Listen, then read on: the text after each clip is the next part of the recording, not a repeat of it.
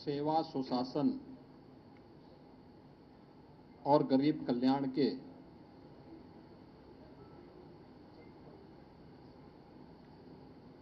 प्रधानमंत्री मोदी जी के 11 वर्ष के इस कार्यकाल के उपलक्ष्य में आयोजित आज की इस प्रेस वार्ता में भारतीय जनता पार्टी के हमारे कर्मठ प्रदेश अध्यक्ष चौधरी भूपेंद्र सिंह जी, प्रदेश सरकार में मंत्रिमंडल के मेरे वरिष्ठ सहयोगी, उप मुख्यमंत्री श्री केशव प्रसाद मौर्य जी, उप मुख्यमंत्री श्री ब्रजेश पाठक जी, प्रदेश के संगठन महामंत्री श्री धर्मपाल जी, इस अभियान के संयोजक श्री मानवेंद्र सिंह जी, डॉक्टर धर्मेंद्र सिंह जी और आज की इस विशेष पीसी में उपस्थित सभी मीडिया से जुड़े हुए प्रतिनिधिगण, मित्रों, सेवा सुशासन और गरीब कल्याण के आदरणीय प्रधानमंत्री मोदी जी के 11 वर्ष के कार्यकाल एक विकसित भारत एवं आत्मनिर्भर भारत के निर्माण के स्वर्णिम काल के रूप में जाने जाएंगे।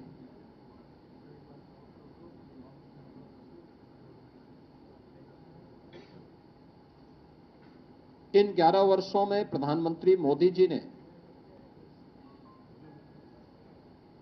वैश्विक स्तर पर भारत के विश्वास को सुदृढ़ करते हुए भारत को न केवल वैश्विक पहचान दी है, बल्कि स्वयं को तपाकर खपाकर 140 करोड़ भारतवासियों को भी एक विश्वास का प्रतीक बनाया है।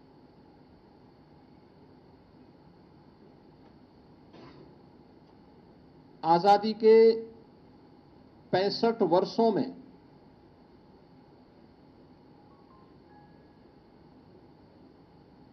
कांग्रेस नेतृत्व की और अन्य अस्थिर सरकारों के कारण आम जन का जो विश्वास टूटा था,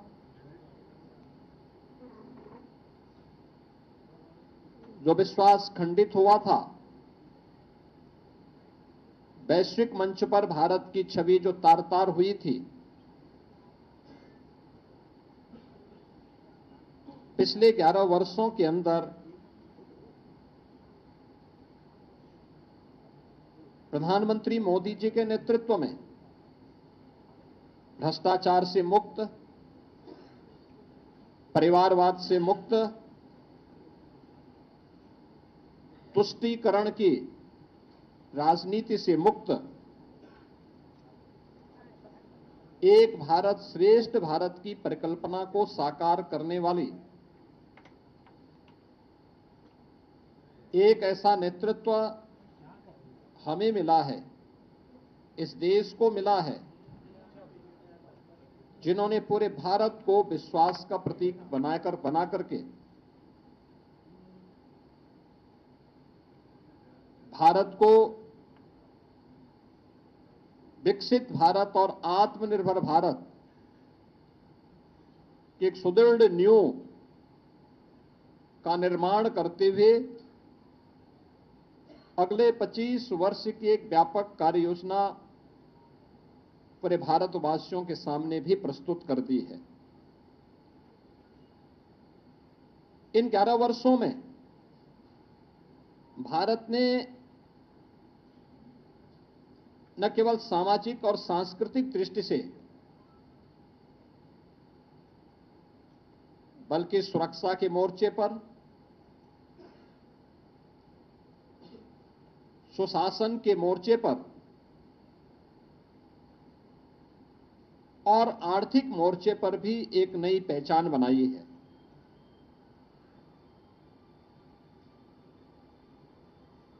शासन की नीति स्पष्टता, कार्यप्रणाली की पारदर्शिता और जनता के प्रति जवाबदेही, अब यह शासन की एक नई पहचान बनी है। विकास केवल नारे नहीं,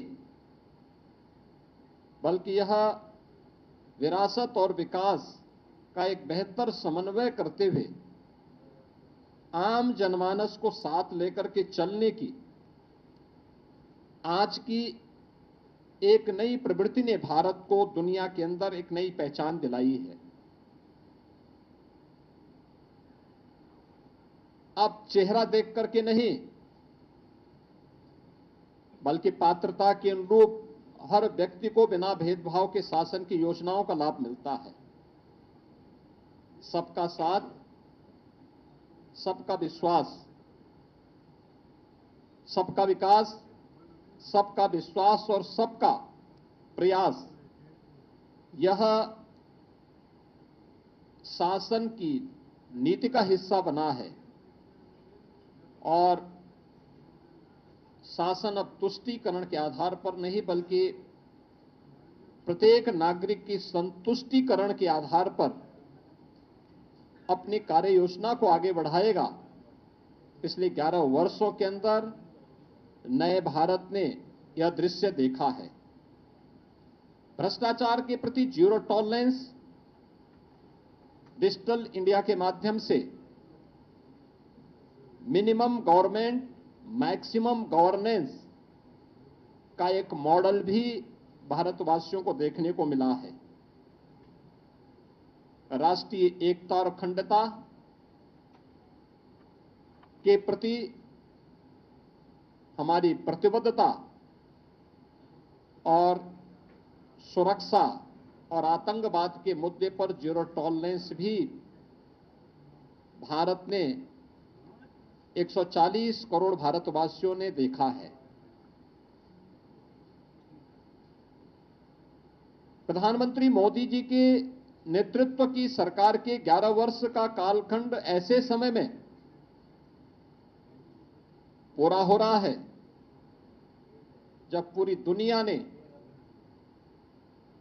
भारत की सैन्य शक्ति की पाकिस्तान में टेस्टेड और दुनिया के द्वारा ट्रस्टेड उस ताकत को देखा है जो अभी ऑपरेशन सिंदूर के माध्यम से हम सबको देखने को मिला है। मित्रों, अब वह प्रवृत्ति नहीं जो 2014 के पहले होता था आतंकवाद के मुद्दे पर, कि भारत तो केवल शांति का पक्षधर है, हर हाल में हमें शांति की रट लगाने की जो आदत 2014 के पहले पड़ गई थी, मोदी जी ने न्यू नॉर्मल के माध्यम से उस अवधारणा को पलट करके सज्जनों के साथ, मित्रों के साथ हम लोग शांति से, सौहार्द के साथ विकास की बात करेंगे। लेकिन कोई हम पर युद्ध थोपेगा, हमारी सुरक्षा में सेंध लगाएगा, भारत के अंदर आतंकवाद को प्रेरित और प्रोत्साहित करेगा, तो उसका जवाब सर्जिकल स्ट्राइक, एयर स्ट्राइक और ऑपरेशन सिंदूर ही होंगे। यह भारत ने अपनी ताकत के माध्यम से, मेड इन इंडिया की ताकत के माध्यम से करके दिखाया है और दुनिया ने इस ताकत का एहसास अभी हाल ही में हुए इन कार्यक्रमों के माध्यम से देखा है। तो राष्ट्रीय एकता और अखंडता के मुद्दे पर भी उन्नीस से लगातार भारत पर थोपे गए धारा 370 को पूरी तरह समाप्त करके जम्मू कश्मीर को, लद्दाख को भारत के कानून के अनुरूप भारत के संवैधानिक दायरे में लाकर भारत की अखंडता को कश्मीर से कन्याकुमारी तक एक भारत श्रेष्ठ भारत के इस नए मॉडल के रूप में प्रस्तुत किया है। मित्रों, आजादी के अमृत महोत्सव वर्ष में देश की जनमानस को प्रधानमंत्री मोदी जी ने विकसित भारत का जो मंत्र दिया, इसके लिए प्रधानमंत्री मोदी जी ने पंच प्रण और 11 संकल्प प्रत्येक भारतवासी को याद कराए थे। ये पंच प्रण, और आपने देखा होगा ये 11 वर्ष के कालखंड इन पंच प्रण के दायरे में उन 11 संकल्पों को जीवन का हिस्सा मानते हुए ही आगे बढ़े हैं। ये पंच प्रण, विकसित भारत का संकल्प, गुलामी की मानसिकता से मुक्ति, अपनी विरासत पर गर्व, राष्ट्रीय एकता और एकजुटता और नागरिक कर्तव्य का पालन। 11 वर्ष के कालखंड को अगर आप देखेंगे तो सरकार ने विकसित भारत की जो आधारशिला रखी है वह इन्हीं पंच प्रण को ध्यान में रख करके ही रखी है और इसी पर आधारित विकसित भारत का ये मॉडल जो आज भारत को अपनी विरासत के साथ भी जोड़ता है, दुनिया की एक आर्थिक महाशक्ति के रूप में भी स्थापित करता है और एक सामरिक शक्ति के रूप में भी भारत की ताकत का एहसास दुनिया को कराता है। उसने भारत के लिए जो 11 संकल्प प्रधानमंत्री मोदी जी ने प्रत्येक भारतवासी के लिए सुनिश्चित किए, उनमें कर्तव्य का पालन, एक समावेशी विकास, गांव, गरीब, किसान, नौजवान, महिलाएं, समाज के प्रत्येक तबके को ध्यान में रख करके किए गए कि पिछले 11 वर्षों में गरीब कल्याणकारी, लोक कल्याणकारी कार्यक्रम, इंफ्रास्ट्रक्चर के डेवलपमेंट का जो मॉडल है, ये सभी उसके हिस्से हैं। भ्रष्टाचार मुक्त शासन, टेक्नोलॉजी का उपयोग करते, डीबीटी के माध्यम से जो कार्य पिछले 11 वर्ष के अंदर देखने को मिले हैं, स्वतंत्र भारत में 65 वर्षों में इस प्रकार का मॉडल कभी भी देखने को नहीं मिला। कानून का सम्मान, हर व्यक्ति कानून से बड़ा कोई नहीं। हमें कानून का सम्मान करना होगा क्योंकि कानून हर भारतवासी को संरक्षण देता है। वंशवाद की राजनीति का अंत, ये परिवारवाद की राजनीति, ये जातिवाद को भी बढ़ावा देती है, देश के सामाजिक ताने बाने को छिन्न भिन्न करती है। इतिहास की उन गलतियों की पुनरावृत्ति नहीं होने देना है जिनके कारण देश फिर से जिसके कारण देश गुलाम हुआ था। उस प्रकार की पुनरावृत्ति फिर न हो, इसके लिए आवश्यक है कि वंशवाद की राजनीति को समाप्त किया जाए। महिलाओं को नेतृत्व, नारी मातृ वंदना कार्यक्रम से लेकर के बेटी बचाओ बेटी पढ़ाओ से लेकर के नारी शक्ति वंदन अधिनियम तक किए गए अनेक कार्यक्रम, सैनिक स्कूलों में बेटियों की भर्ती हो, नेशनल डिफेंस एकेडमी में भी पहली बार महिला भी वहां पर भर्ती हो सकती है और वह भी सेना में उच्च सैन्य अधिकारी के पद पर जा सकती, कमीशन अफसर के रूप में जा सकती है। यह पहली बार हुआ है। संविधान का सम्मान, बाबा साहब भीमराव अंबेडकर के द्वारा बनाए गए संविधान का हर हाल में सम्मान होगा और इसके लिए प्रधानमंत्री मोदी जी ने 26 नवंबर की तिथि को संविधान दिवस के रूप में पूरे देश के अंदर 2015 से इस तिथि को आयोजन करने की कार्रवाई ये पहली बार हुआ। आरक्षण की सुरक्षा, सामाजिक दृष्टि से जो भी पिछड़े हैं, दलित हैं, वंचित हैं, उनको इस संविधान प्रदत्त सुविधा का अधिकार मिलना ही चाहिए। हर हाल में यह अधिकार उनको मिले, इसके लिए उनकी सुरक्षा, राज्यों में बिना भेदभाव के विकास की प्रक्रिया को आगे बढ़ा करके उनके समग्र विकास को आगे बढ़ाने का कार्य हो, या सामाजिक न्याय को सुनिश्चित करना और एक भारत श्रेष्ठ भारत के निर्माण के लिए किए गए प्रयास, ये 11 संकल्प हैं जिसे ध्यान में रख करके पिछले 11 वर्ष के अंदर प्रधानमंत्री मोदी जी के नेतृत्व में हम सब ने एक नए भारत का दर्शन किया है। मित्रों, अर्थव्यवस्था के मुद्दे पर हम अगर चर्चा करते हैं, याद करिए 2014 के पहले का भारत अस्थिर अर्थव्यवस्था थी। लोगों को विश्वास नहीं था क्या होगा भारत में। 1947 से लेकर के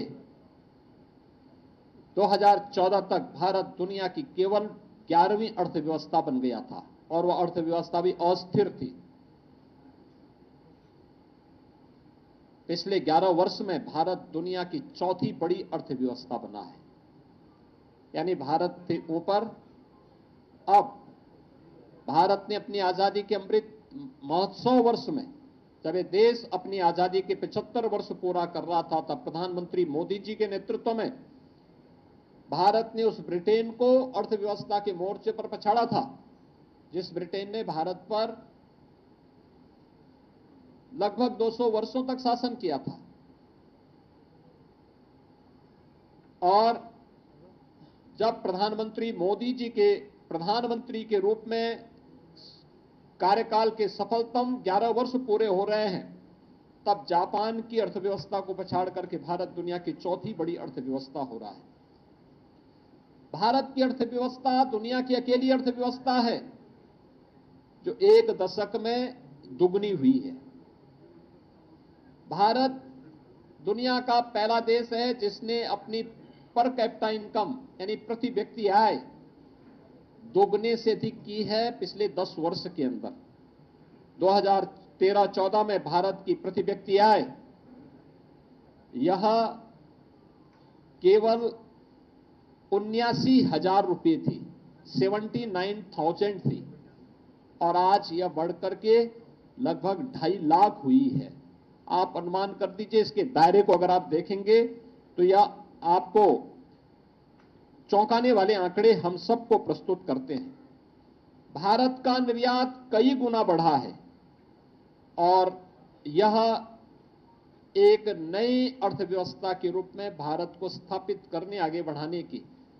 और याद करना कि 2000 जिस भारत की विकास की दर जिस स्पीड से दुनिया के अंदर बढ़ रही है, 2027 में भारत दुनिया की तीसरी बड़ी अर्थव्यवस्था बनेगा।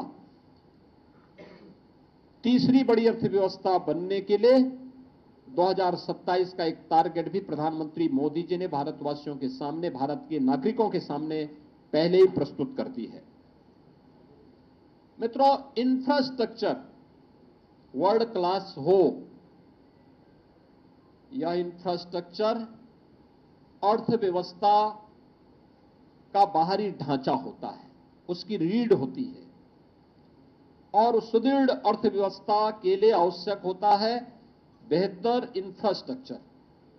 आपने इस बात को महसूस किया होगा कि सरदार अटल बिहारी वाजपेयी जी ने अपने कार्यकाल के दौरान उन्होंने अर्थव्यवस्था पर एक ध्यान केंद्रित किया था। प्रधानमंत्री ग्रामीण सड़क योजना उस समय उन्होंने लागू की थी। स्वर्णिम चतुर्भुज की योजना हाईवे के लिए लागू की थी। उसके उपरांत अगले 10 वर्ष तक फिर ये योजना ठप सी पड़ गई। यूपीए गवर्नमेंट के दौरान इनकी हाईवे की स्पीड 11 किलोमीटर प्रतिदिन थी और आज ये उससे 3 गुने से अधिक यानी लगभग 35 किलोमीटर प्रतिदिन है। 35 किलोमीटर हाईवे पर डे बनने की स्पीड आज नए भारत की है।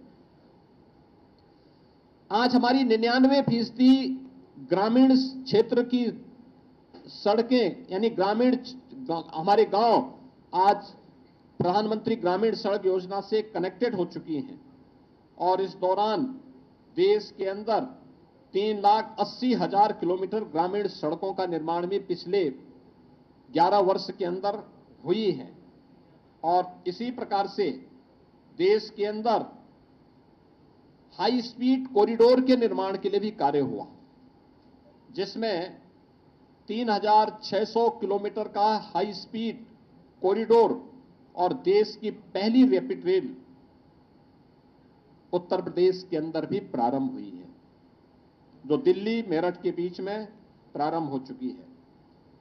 इन 11 वर्षों में लगभग 55,000 किलोमीटर हाईवे का विस्तार हुआ है, जिसके बारे में मैंने आपको पहले बताया कि आज भारत की जो प्रतिदिन स्पीड है, हाईवे की स्पीड है, जो आज हाईवे हमारे बन पा रहे हैं, ये 35 किलोमीटर पर डे के हिसाब से आज बन रहे हैं, जबकि यह 2014 तक मात्र 11 किलोमीटर पर डे की थी।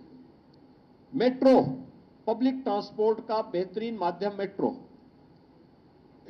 2014 में देश के अंदर 5 सिटी में मेट्रो का संचालन हो रहा था।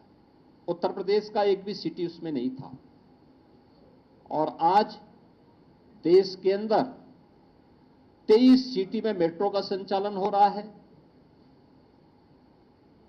यूपी के 6 सिटी ऐसी हैं जहां मेट्रो का सफलतापूर्वक संचालन आज के दिन पर हो रहा है। विश्व स्तरीय सुविधाओं से युक्त तो नई ट्रेन नमो भारत एक्सप्रेस के रूप में, अमृत भारत एक्सप्रेस के रूप में और वंदे भारत एक्सप्रेस के रूप में आज हम सबको देखने को मिल रही है। एयर कनेक्टिविटी 1947 से लेकर के 2014 तक भारत के अंदर केवल 74 हाईवे बन पाए थे, 74 हाईवे बन पाए थे और आज इनकी संख्या बढ़कर के 160 हुई है। 160 एयरपोर्ट आज के दिन पर भारत के अंदर बन गए हैं और उत्तर प्रदेश के अंदर अगर हम देखते हैं तो उत्तर प्रदेश के अंदर यह संख्या अगर 2017 में केवल 2 एयरपोर्ट पूरी तरह और 2 आंशिक रूप से सक्रिय थे, तो आज के दिन पर उत्तर प्रदेश में 16 एयरपोर्ट पूरी तरह सक्रिय हैं और कार्य कर रहे हैं, जिनमें से 4 इंटरनेशनल एयरपोर्ट हैं और 5वां इंटरनेशनल एयरपोर्ट उत्तर प्रदेश के अंदर बहुत शीघ्र जेवर में गौतम बुद्ध इंटरनेशनल एयरपोर्ट के रूप में सामने आ रहा है। अन्नदाता किसान देश के अंदर राजनीतिक एजेंडे का हिस्सा 2014 में ही बन पाया था। सॉइल हेल्थ कार्ड हो,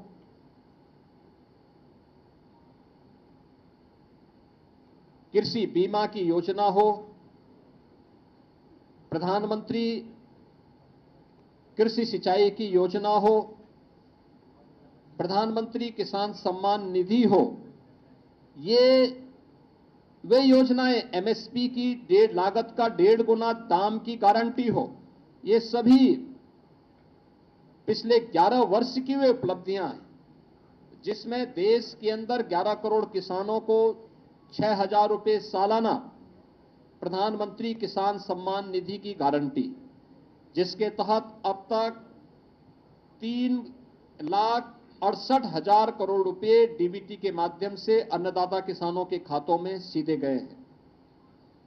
पीएम फसल बीमा योजना के माध्यम से 1,75,000 करोड़ रुपए की राशि सीधे इन अन्नदाता किसानों को उनकी फसलों की मुआवजा का मिला है। ये गारंटी प्रधानमंत्री मोदी जी की गारंटी है।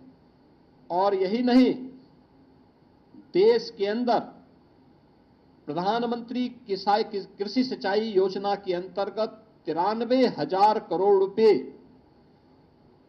के निवेश के माध्यम से 112 सिंचाई की योजनाएं कंप्लीट हुई हैं, जिसके माध्यम से देश के अंदर 48 लाख हेक्टेयर लैंड को अतिरिक्त सिंचाई की सुविधा प्राप्त हुई है। पहली बार अन्नदाता किसानों के लिए प्रधानमंत्री मोदी जी के विजन के अनुरूप सीड से सॉइल, हेल्थ एंड इंश्योरेंस तक, इरिगेशन, एमएसपी से मार्केट तक की एक व्यापक अप्रोच अन्नदाता किसानों को देखने को मिली है। और इसका परिणाम था कि अन्नदाता किसानों की आमदनी को कई गुना बढ़ाने में मदद मिली है। इनाम जैसी एकीकृत यानी इंटीग्रेटेड जो राष्ट्रीय बाजार की प्रतियोगिता के माध्यम से अन्नदाता किसानों को मार्केट में अच्छा दाम मिले, इसकी एक व्यवस्था हुई है। और इसके माध्यम से अन्य तमाम प्रकार के कार्यक्रम, एफपीओज का गठन हो, मंडियों के नवीनीकरण की कार्रवाई हो, या गन्ना किसानों को समय से उनका गन्ना मूल्य का भुगतान। अगर हम उत्तर प्रदेश की ही बात करते हैं, 2017 के पहले उत्तर प्रदेश के अंदर चीनी मिलें बंद हो रही थी। बंद चीनी मिलों को औने पौने दाम पर जो कोऑपरेटिव की थी उनको बेचने की कार्रवाई तत्कालीन सरकारें करती थी। 1996 से लेकर के 2017 तक उत्तर प्रदेश के अंदर गन्ना मूल्य का जितना भुगतान 22 वर्षों में हुआ था, पिछले 8 वर्ष में उत्तर प्रदेश के अंदर अन्नदाता किसानों के लिए, उन गन्ना किसानों के लिए 71,000 करोड़ रुपए उससे अतिरिक्त भुगतान हुआ है। यानी अब तक 2,86,000 करोड़ रुपए का गन्ना मूल्य का भुगतान उन 46 लाख गन्ना किसानों को किया गया है, जो गन्ने की फसल के माध्यम से, अपनी कैश क्रॉप के माध्यम से, एकमात्र कैश क्रॉप के माध्यम से वे आमदनी कमाते थे, अपने जीवन में खुशहाली लाते थे। यह डबल इंजन सरकार की वह गारंटी है जो प्रदेश के अंदर देखने को मिली है। पहली बार गरीब को शासन की योजना का लाभ का हिस्सा बन पाया है। अब चेहरा देख करके नहीं, योजनाएं किसी तुष्टीकरण का शिकार नहीं होती, बल्कि योजनाएं बिना भेदभाव के समाज के प्रत्येक तबके को उसकी संतुष्टिकरण का आधार देने वाली होती है। प्रधानमंत्री गरीब कल्याण अन्न योजना के माध्यम से देश के अंदर 81 करोड़ लोग इस सुविधा का लाभ प्राप्त कर रहे हैं। प्रति माह 5 किलो राशन की सुविधा प्राप्त करते हैं। तो प्रदेश में 15 करोड़ गरीब इस योजना से लाभान्वित है। हर घर नल की योजना, जल जीवन मिशन के माध्यम से देश के अंदर 15 करोड़ से अधिक लोग इस योजना से, 15 करोड़ से अधिक परिवार इस योजना से लाभान्वित हुए हैं। और उत्तर प्रदेश में 2 करोड़ 65 लाख परिवार इस योजना से सीधे सीधे लाभान्वित हुए हैं। प्रधानमंत्री आवास योजना के माध्यम से 4 लाख परिवारों को देश के अंदर आवास की सुविधा मिली है। तो उत्तर प्रदेश में यह संख्या 4 करोड़ से ज्यादा परिवारों को इस सुविधा का लाभ मिला है। और उत्तर प्रदेश में 60 लाख लोगों को इस सुविधा से लाभान्वित हुए हैं। प्रधानमंत्री उज्ज्वला योजना के माध्यम से ग्रीन ईंधन एंड क्लीन ईंधन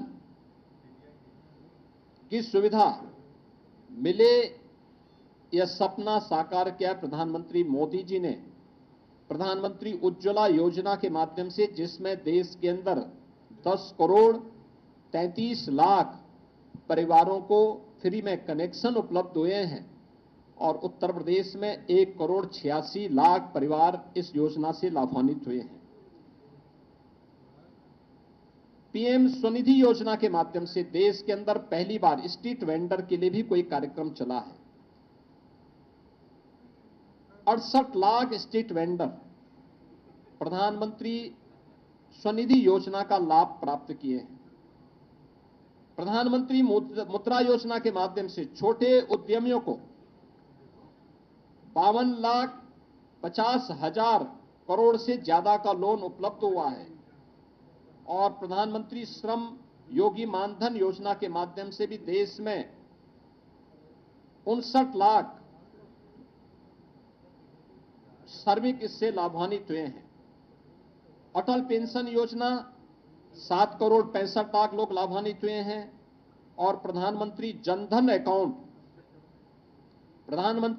अकाउंट में 56 करोड़ बैंक खाते खोले गए और इन बैंक खातों में 2,56,000 करोड़ रुपए से अधिक की राशि उन गरीबों ने अपनी जमा भी की है।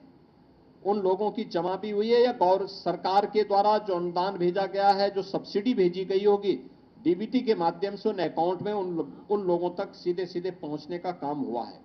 और इन सभी योजनाओं की जो परिणति है वह है कि पिछले 10 वर्ष के अंदर 25 करोड़ लोग बहुआयामी गरीबी से उभर करके एक नया मध्यम वर्ग के रूप में उभरा है और भारत एक नई वैश्विक शक्ति के रूप में अपने आप को स्थापित करने की ओर अग्रसर हुआ है। महिला सशक्तिकरण के लिए पिछले 11 वर्ष के अंदर जो कदम बढ़ाए गए, मैंने पहले इस बारे में कहा था, एक व्यापक परिवर्तन हमें इस क्षेत्र में देखने को मिला है और प्रत्येक क्षेत्र में महिलाओं की सशक्त उपस्थिति आज हम सबको देखने को मिली है, जिसमें बेटी बचाओ बेटी पढ़ाओ का कार्यक्रम हो या मातृ वंदना का कार्यक्रम, 3 तलाक की कुप्रथा से मुक्ति का कार्यक्रम हो या फिर विधायिका में यानी संसद और विधानसभाओं में महिलाओं को 33% आरक्षण की सुविधा प्राप्त हो, इसके लिए किए जाने वाले प्रयास, ये सभी वे प्रयास हैं जो नारी शक्ति के सशक्तिकरण के लिए उठाए गए कदम हैं। लखपति दीदी योजना के अंतर्गत 3 करोड़ महिलाओं को लखपति दीदी बनाने का संकल्प और यह कार्यक्रम युद्ध स्तर पर देश के अंदर आगे बढ़ा है। स्वयं सहायता समूह के माध्यम से, महिला स्वयं सहायता समूह के माध्यम से 10 करोड़ महिलाएं 90 लाख से अधिक समूह के माध्यम से आज इस योजना के माध्यम से जुड़ करके कार्य कर रही हैं। प्रधानमंत्री मातृ वंदना योजना के माध्यम से देश में 3 करोड़ 98 लाख गर्भवती और धात्री महिलाओं को 18,593 करोड़ रुपए की राशि वितरित की गई। इस दौरान प्रधानमंत्री मोदी जी के मार्गदर्शन में, उनके यशस्वी नेतृत्व में उठाए गए कदमों का परिणाम है कि मातृ मृत्यु दर को, शिशु मृत्यु दर को नियंत्रित करने में भी सफलता प्राप्त हुई है और national family health survey 5th के अनुसार जो सेक्स रेशियो देश का था उसको भी बेहतर बनाने में काफी उसके माध्यम से मदद मिली है। दुनिया जब इस सदी की सबसे बड़ी महामारी कोविड महामारी से पस्त था, तब भारत बेहतरीन कोविड प्रबंधन के साथ साथ अपने बेहतर भविष्य के लिए, विकसित भारत की आधारशिला रखने के लिए अपनी राष्ट्रीय शिक्षा नीति को लागू कर रहा था।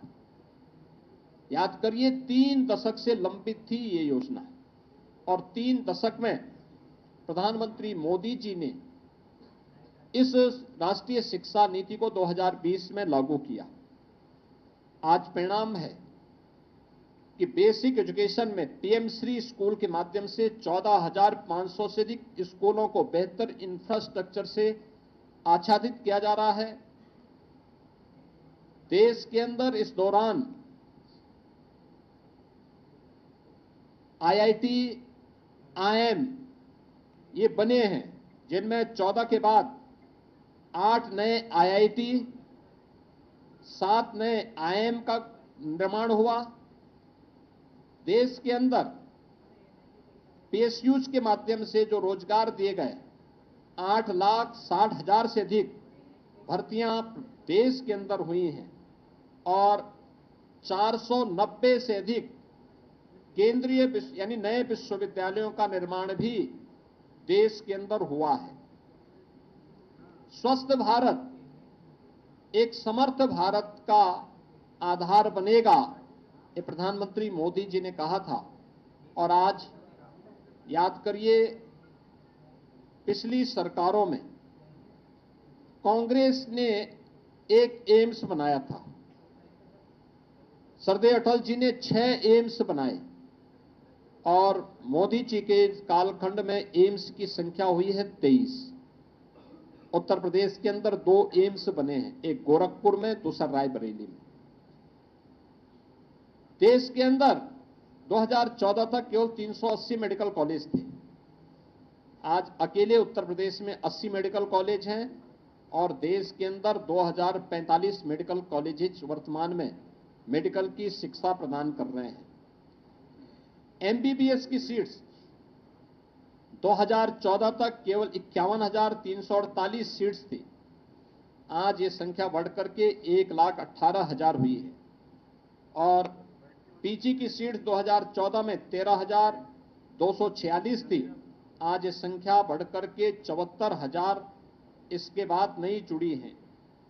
इसी प्रकार से आयुष्मान भारत के अंदर पहली बार देश के अंदर 9 करोड़ से अधिक, यानी देश के अंदर 50 करोड़ से अधिक लोग इस योजना से आच्छादित हुए हैं और जिसमें आज भी 1,30,000 करोड़ रुपए से अधिक का मुफ्त इलाज की सुविधा भी लोगों को उपलब्ध करवाई गई है। आयुष्मान आरोग्य मंदिरों की संख्या भी देश के अंदर 1,76,000 से अधिक हुई है। जन औषधि केंद्र के माध्यम से सस्ती औषधि लोगों को प्राप्त हो, 16,000 से अधिक ऐसे जन औषधि केंद्र जिनके माध्यम से एक सामान्य नागरिक के 38,000 करोड़ रुपए की बचत हुई है।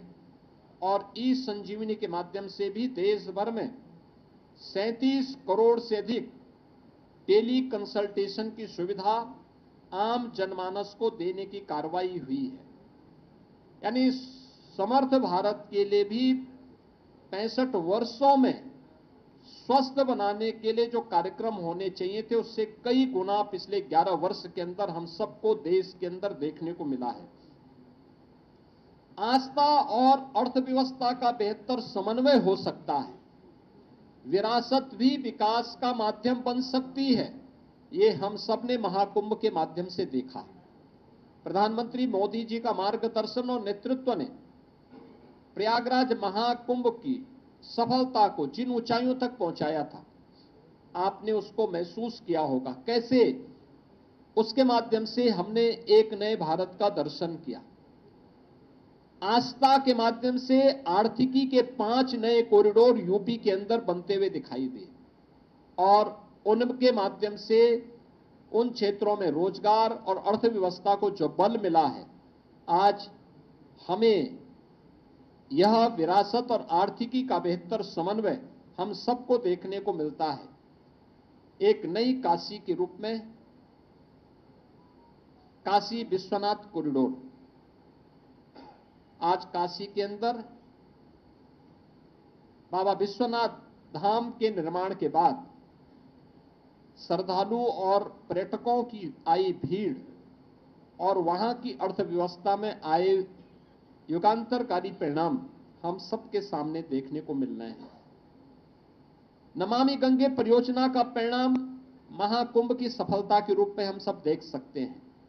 काशी विश्वनाथ धाम काशी के साथ साथ आसपास के जनपदों की अर्थव्यवस्था को भी एक नई गति दे रहा है।